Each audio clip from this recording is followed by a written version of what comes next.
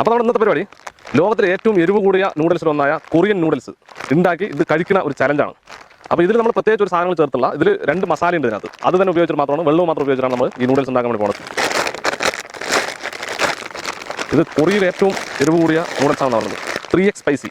ഇതിൽ 1x 2x 3x 4x ഒക്കെ ഉണ്ട്. അതിൽ 3x സ്പൈസിയാണ്. ഇത് പൊട്ടിച്ച് നോക്കാം. ഇത് സാധാരണ നൂഡിൽസ് പോലെ തന്നെ ഒരല്പം വലിപ്പം കൂടുതലുണ്ട് ഇതിൽ. എന്നാ ഒരല്പം വലിപ്പം കൂടുതലുണ്ട് ഇതിൻ്റെ ഇഴയ്ക്ക്.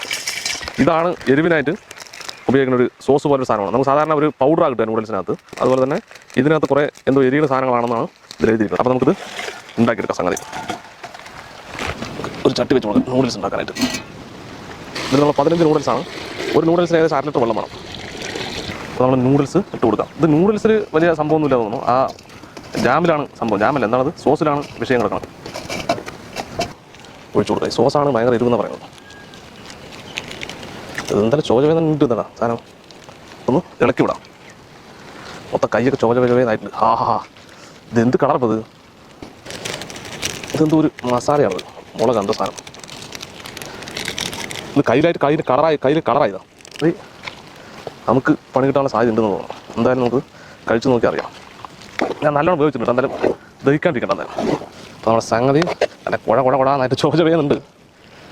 ഇതിപ്പോൾ അളവ് കിട്ടില്ല. അപ്പോൾ ഏകദേശം 2 കറണ്ട് വെച്ച് കൊടുക്കാം.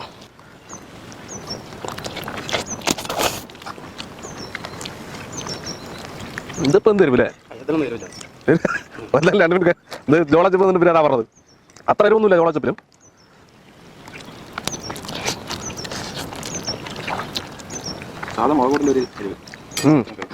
ഈ ചുണ്ട് മാത്രം നല്ല എരിവ്. അതുപോലെ തന്നെ ഈ ഭാഗത്ത് അല്ലേ ഇറക്കം ഒരു എരിവുണ്ടല്ലേ? മുളക് പൊടിയില്ലേ, മുളക് പൊടി നമ്മൾ മേലെ വിതറുമ്പോൾ ഒരു ഫീലിംഗ്. അത് ശരിക്കും പറഞ്ഞാൽ എന്തോ ഒരു ഉണ്ട്, എരിവുണ്ടാ. പക്ഷെ അത്ര എരിവില്ല, ഒരു എരിവുണ്ടെന്നാ. നിങ്ങൾക്ക് ഒന്നും തോന്നില്ലേ? ഇതൊരു കാന്താരിക്ക് ഉണ്ട്, എടുത്തടിച്ചോ. ഒന്നും തോന്നില്ലെങ്കിൽ ഞങ്ങൾ എരിവ് പോരെങ്കിൽ ചമ്മന്തി ഉണ്ടാക്കാനായിട്ട് കാന്താരി എടുത്താണ്. സംഗതി എരിവുണ്ട്, പക്ഷെ കഴിക്കാൻ പറ്റാത്ത എരിവല്ല. ക്ഷമയോടെ ഒന്ന് കഴിക്കാം. അതൊക്കെ കഴിക്കാൻ പറ്റും. അത്രയ്ക്കുള്ള എരിവ്.